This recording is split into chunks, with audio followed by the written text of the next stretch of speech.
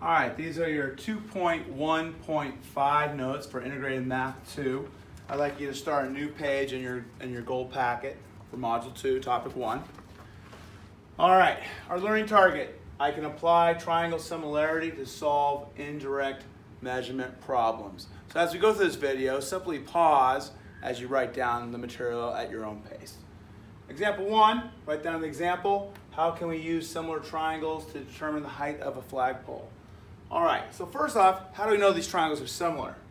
I see that we have a right angle here and a right angle here. We're making the assumption that the ground is flat and the person is standing straight up. And we're making the assumption that the ground is flat and the flagpole is straight up and down. All right, so that creates a right angle. Those are perpendicular to each other. That's one angle, but don't we need to know two angles in order for triangles to be similar? Well, the sun is shining here. So we have the sunshine up here, and it creates this shadow here down here. So if you think about it, at the same time of day, this angle that's created between the shadow and the hypotenuse going up to the corner of the pole should be the same as this angle right here with the shadow for the person to the top of their head. So this angle here is congruent to this angle here. So now we have angle-angle triangle similarity. So now we can go ahead and use what we know about similarity and similar triangles to find the missing side length and get the measure of the flagpole without actually going up and measuring the flagpole. So we need to have corresponding part to corresponding part. So what's our ratio of similarity here? If we go large over small, I'm going to use the 15 over the 4.5. So we're going to go 15 over 4.5. And then that is going to equal my unknown height, the flagpole, over 6. Okay?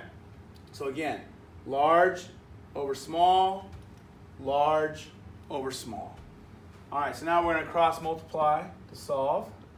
So I'm going to go 4.5 times x. I get 4.5x equals 15 times 6 is 90.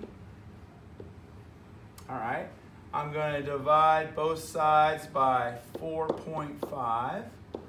Divide by 4.5. So I get x equals, let's see, 10 times 4.5 is 45, so it's going to be 20. So x equals 20 feet. Flagpole is 20 feet high. Okay? All right, let's look at another example. Example 2. All right, in the diagram below, a large flagpole stands outside of an office building. Marquise realizes that when he looks up from the ground, 60 meters away from the flagpole, the top of the flagpole and the top of the building line up. So he sees this line here from the site. If the flagpole is 35 meters tall, and Marquise is 170 meters from the building, how tall is the building? All right, so first off, we're making an assumption that the ground is perfectly horizontal, flat, and that the flagpole was straight up, so there's a right angle here. We're going to make that same assumption here with the building, right? So the ground is flat, the building's going straight up. All right, so we have two triangles here, and sometimes people can't see the two triangles. You may want to redraw it separately, but if you think about it, we have this small triangle here, and it has this angle here. And this angle is also used for the big triangle, right? And the big triangle here shares that angle, shares it. There's 170, and it's straight up, okay? All right, so this is 170. The small triangle, this is 60. So our ratio of similarity, if we go large over small, is going to be 170 to 60. And then we're trying to find the height, and there's we'll use h for height. So to set the proportion for this, we're going to go 170 over 60 equals, do I go 35 over h or h over 35? We're going to go h over 35 because we're going large over small the way I set this up. H over 35. Now is it okay if someone else set this up as 60 over 170? Sure, but then they would have to have 35 over h because they're going small over large. All right, so now we're going to, let's see if we can simplify the math here. I don't have a calculator on me. Let's simplify it.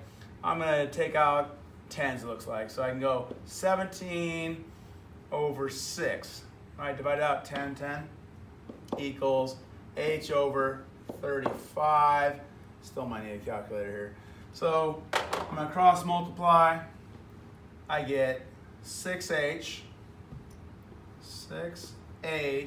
equals 17 times 35. See, 10 times 35 is 350. 7 times 30 is another 210, so that's 350, 550, 560, plus another 7 times 5 is 35, 560, I think 595. Let me just double check that so I don't mess up.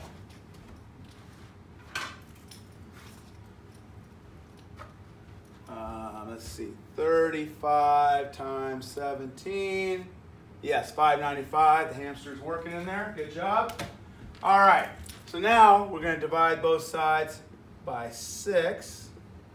So h is almost 100, right? 595 divided by 6. Yeah. 99.16. I'm just going to call it 99.2 meters. So the building is 99.2 meters high. So that's going to be examples of using indirect measurement. It's just continuation of what we were doing with similar triangles. It's just you got to be able to take the word problem or the diagram and see the similar triangles within that diagram and then use it to solve the problem. All right, that's it for your 2.1.5 notes. Thank you.